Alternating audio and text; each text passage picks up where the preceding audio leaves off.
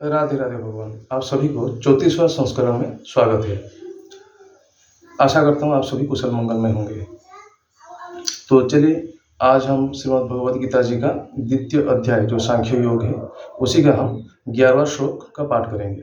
उससे पहले मैंने जैसे कि बताया था शुरुआती में कि ये जो हमारी जो प्रयास है, आपकी और हमारी जो प्रयास है कि रोज गीता जी का पाठ करना और श्रवण करवाना या करना, ये ऐसे तो सभी के लिए, सभी प्राणी जगत के लिए है, लेकिन खास करके जो वृद्धजन हैं, जो हमारे परिवार में, पहचान में, आस पड़ोस में जो वृद्धजन हैं, और वो शारीरिक और मानसिक स्तर में अभी तैयार ही नहीं है।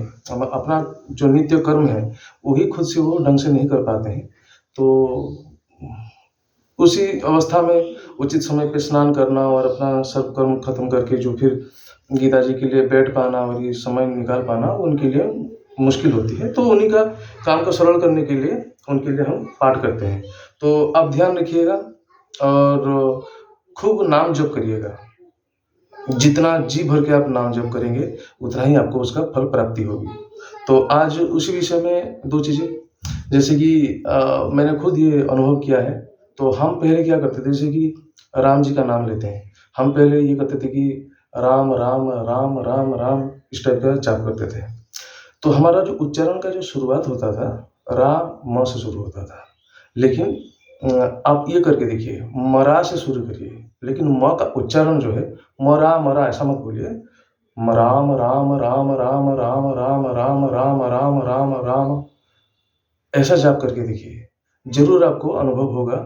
जो पॉजिटिव वाइब है वो आप में, वो एहसास जो है तुरंत ही आना चालू हो जाएगा। तो फिर उसका फल जो है वो धीरे धीरे धीरे धीरे मिलते रहेगा।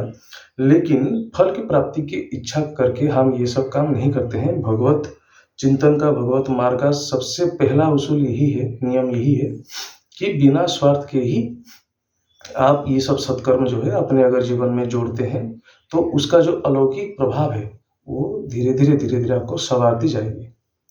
ऐसे ही जो कृष्ण जी का नाम लेते हैं तो हम उनका नाम का जो वैराइटीज हैं, जैसे कि कोई लोग बोलते हैं कृष्णा कृष्णा, तो कृष्णा श्री कृष्ण भगवान जो द्रौपदी को प्रेम से कृष्णा बुलाते थे, तो इसलिए हम जब कृष्णा या कृष्णा बोलते हैं तो एक्चुअली द्रौपदी जी को ही हम संबोधन कर रहे हैं। तो कृष्ण, तो ये न का जो उच्चारण है वो नहीं आना चाहिए, क्योंकि 2.5 अक्षर प्रेम का कृष्ण कृष्ण कृष्ण, ये न का जो है उच्चारण उसमें आना चाहिए।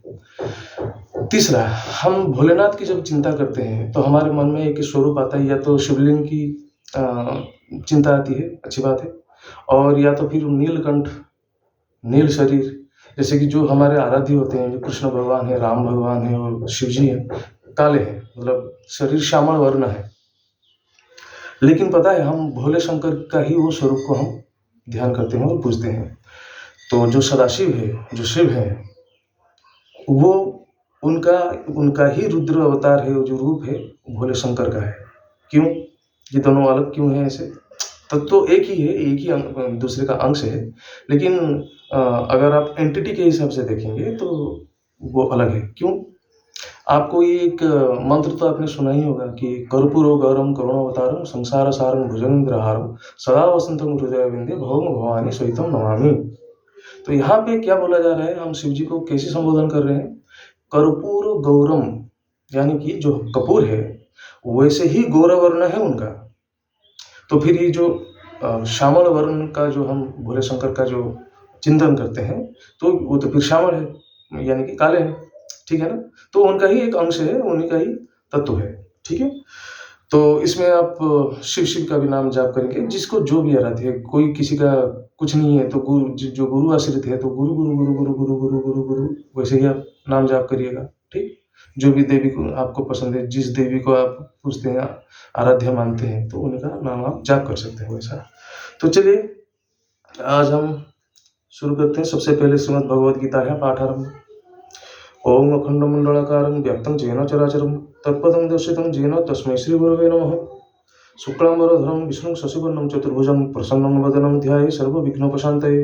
नारायणं नमस्कृत्यं नरं चैव नरोत्तमं देवीं सरस्वतीं चैव ततो जयमुदीरयेत्। व्यासं वसिष्ठनप्तारं शक्तिः पुत्रं कल्मषं पराशरात्मजं वन्दे सुकृतातं तपोनिधिं व्यासाय विष्णुरूपाय व्यासरूपाय विष्णवे नमो वै ब्रह्मविदुहे वसिष्ठाय नमो नमः अचतुर्वदनो ब्रह्मादिव्याघ्रपरहरि अभाललोचनः शम्भुर्भगवान् बादरायणः।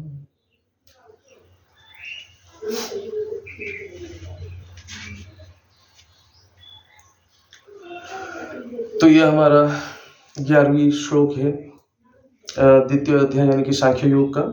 ध्यान दीजिएगा। ना सतो विद्यते भावो ना भावो विद्यते सतः उभयोरपि दृष्टोऽन्त स्तनयोस्तत्त्वदर्शिभिः अविनाशितु तद्विद्धि जेन सर्वमिदं ततं विनाशमव्यस्यास्य न कश्चित् कर्तुमर्हति। श्री कृष्ण जी आगे बढ़ के अर्जुन को बोल रहे हैं कि हे अर्जुन, ये शरीर जो है अनित्य है, असत्य है। केवल जीवात्मा जो है वो सत्य और नित्य होता है। यह विषय तत्वदर्शी लोगों को पता है, यानी कि जो ज्ञानी जन है, शुद्धि जन है, उनको पता है कि आत्मा अजर अमर है, वो अविनाशी है, और ये जो हमारा देह है, जो शरीर है, ये अनित्य और असत्य है, धोखा है। जो आत्मा सर्वव्यापक है उसका विनाश नहीं है। उसे विनाश करने के लिए संसार में आप कम से कम संसार में तो किसी के पास शक्ति नहीं है या सामर्थ्य नहीं है। तो ये काफी सरल था ये श्लोक, इसमें और ज्यादा कुछ वर्णन की आवश्यकता नहीं है।